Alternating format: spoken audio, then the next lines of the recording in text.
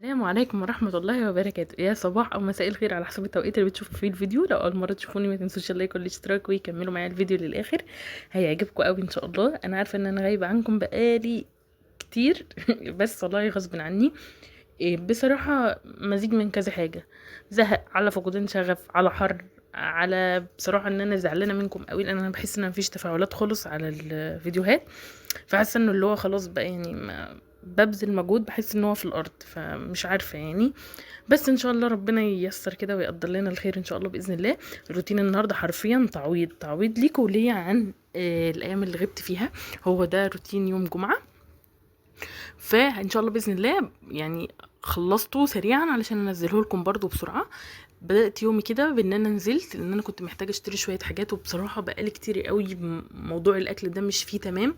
فكنت محتاجه ان انا اعمل اكل حلو، بحيث ان احنا برضو في البيت نفسيتنا تتغير، لان عارفين بقى اللي هو مكرونه شويه رز حاجه كده اللي هو ماشي حالك جبنه وبطيخ معظم الوقت. فحسيت ان هو لا، احنا محتاجين ان احنا نغير كده في الاكل ونغير في مودنا، لان حرفيا احنا كستات احنا اللي بنصنع مود البيت. فالله المستعان كده جبت سندوتشات معايا وانا طالعه، وجبت ازازه بيبسي لان حرفيا الجو كان حر صعب قوي. فجبتهم كده وجيت. النهارده كان المفروض بقى الناس جايه خلاص تنظف التكييف، فغيرت الملايه بس كده وشلت الهدوم اللي محتاجه تتغسل، وما رضيتش اشيل اي حاجه من على الارض، يعني ما رضيتش اشيل السجاد، علشان خاطر بقى قلت ايه هم يعملوا اللي هيعملوه، يغسلوا وينظفوا بعد كده بس هتبقى فاضل الارض. فخلصت السرير كده وطبقت الغسيل ورشيت شويه معطر، وما عملتش حاجه تاني في الغرفه بصراحه. وقلت بقى ايه، هم يجوا بقى يغسلوا ويظبطوا دنيتهم كده، لان احنا حرفيا المروحه مبهدلنا من التعب، كميه برد رهيبه. فالله المستعان بقى. قلت كفايه كده على الغرفه، وحرفيا بصوا منين ما بمشي ازازه المايه معايا ما بسيبهاش. فالله المستعان. النهارده حرفيا حسيت بانجاز رهيب. بقالي مده ما فقد الشغف، حرفيا فقد الشغف بقى من كل حاجه. ماليش نفس لا اشتري، ولا ليا نفس اجيب حاجه، ولا ليا نفس اصور، ولا ليا نفس اعمل اي حاجه. فقلت بقى الله المستعان، ده احنا لسه ايه في اول الصيف، فما ينفعش نفقد الشغف بدري كده. لازم الواحد برضو مهما كان عارفين اللي هو اخد وقتي، احس ان انا تمام مودي متظبط، بعد كده ارجع تاني عادي. فالله المستعان. هنا كده الغرفة كانت زي الفل، انا بس رتبتها علشان الناس هيدخلوا كده. فالله المستعان، يعني انا فوجئت ان هم بسم الله ما شاء الله اصلا ما وقعوش حاجة على الارض. هوريكم دلوقتي. المهم طلعت بقى على الريسبشن، قلت ايه اظبط الدنيا كده. الوزره اللي واقعه جنب الباب دي مكسوره اصلا بقالها مده، فعايزه اظبطها برضو من ضمن الحاجات اللي محتاجه تتعمل. ولكن طبعا قمت بقى شلت السجاد، وشلت حتى اللي تحت السفرة، قلت يعني ما جاتش على الحته دي، بس اديلها بقى المسحه التمام بتاعتها. حطيت كلوريكس الوان والمعطر. والله المستعين. عارفين لا اللي هو بتنضفوا بتحسوا باثر ده على نفسيتكم، والبيت تحسوا ان البيت بيتنفس. كان في كذا حد منكم قال لي الفتره اللي فاتت اغير نظام الريسبشن واجيب الكنبه كده، وفعلا عملت كده. قلت بقى بما انه يوم جمعه فلازم البخور، وانا بقالي مده كمان ما شغلتش بخور يعني مكتفيه بالمعطر. فقلت الله المستعان بقى فرصه ان الواحد ايه يشغل كده سوره البقره، سوره الكهف، اسفه، واشغل بقى كده بخور. طبعا سوره البقره اللهم لك الحمد بنشغلها كذا مره في اليوم يعني في البيت. فقلت بقى اشغل سوره الكهف كده، ودخلت الموب جوه. قلت بقى اخد الطرق معايا بالمره، والمطبخ والدنيا ما كانتش احسن حاجه. احنا كنا مستنينهم بدري لان حرفيا خلاص احنا بنعاني. ولو انا عماله اقول لجوزي احنا مستنيين ايه، احنا حرفيا خلاص احنا بنسيح. فهننضف التكييف امتى في دخلة الشتاء؟ فالله المستعان بقى.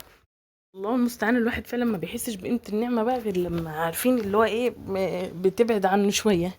فالله المستعان كده شغلت بخور، وحرفيا لا حسيت نفسيتي احسن.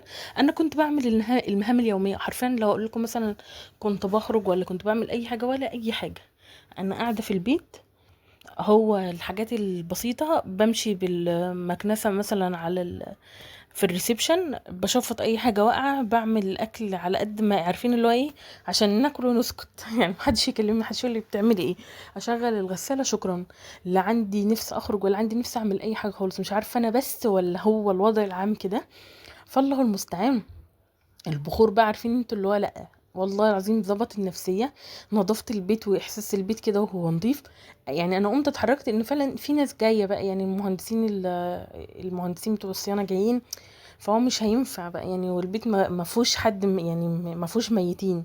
لازم ننظف كده ونروق الدنيا. فقمت والله العظيم عارفين دي حاجه من ضمن الحاجات، لان انا كمان بقالي مره بقالي مده، اسفه بقالي مده.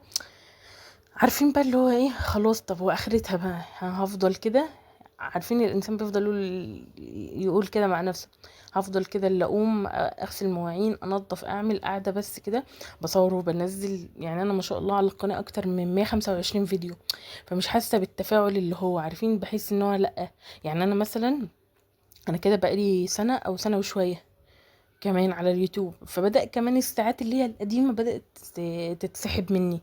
فعارفين حاسه ان انا بقى مجهودي وفلوسي رايحه في الارض. يعني انا اسفه، انا اشتريت مثلا من ساعه ما عملت القناه اشتريت حاجات كتير جدا علشان خاطر اقدر اصور وعشان الصور تطلع احسن حاجه.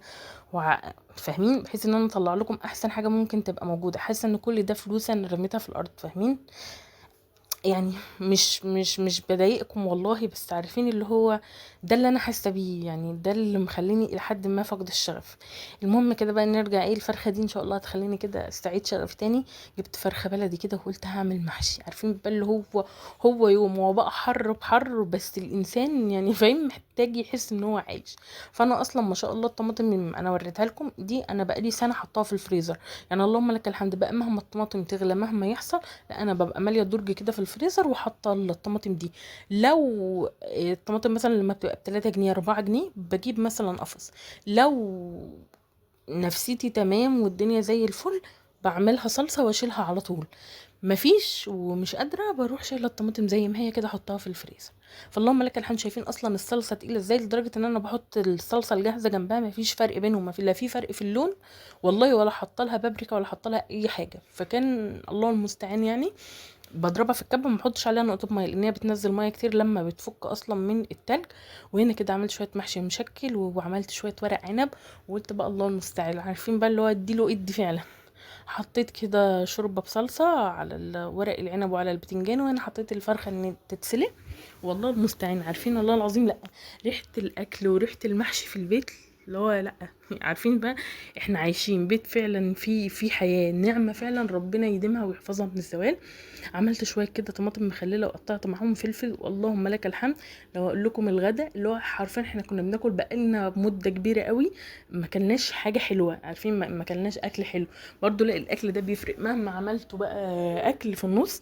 لا الاكل اللي هو بتاع زمان اللي هي الاساسيات، عارفين اللي هو مثلا طبيخ اللي هو محشي فراخ لحم، عارفين الحاجات دي بتفرق قوي. بتفرق في المود وبتفرق في عارفين جو البيت العام. فاللهم لك الحمد. خلصت كده وعارفين اللي هو ايه انا شاطره قوي. عارفين اللي هو انا شاطره قوي، انا عملت ده كله اللهم لك الحمد يعني. ربنا دايما يدينا الصحه ويدينا القدره، ويبعد عنا يا رب اي حاجه وحشه، يبعد عنا الناس اللي نفوسهم خبيثه، ويبعد عنا يا رب كل عين وحشه. فالله المستعان. دخلت على المطبخ كده بقى اديت له اللي هو المسحه بتاعته التمام. مسحت الرخامة وغسلت البوتاجاز وظبطت الدنيا كده وفرشت. كان بس الازاز بتاع البوتاجاز عايز يتلمع لمعته. والله المستعان. عارفين بقى اللي هو ايه، ما احلى الانجاز والله. اللهم لك الحمد. رشيت بقى كده شويه معطر.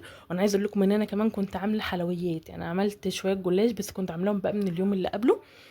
كنت شفت الطريقه بتاعته كده. عارفين اللي هو انا قاعده اصلا طول الفتره اللي فاتت دي ما بعملش حاجه غير بسكرول كده على التليفون، واللي هو بقوم اعمل المهام البسيطه بتاعتي كده وخلاص، بمنتهى فقدان الشغف اللي موجود في الدنيا.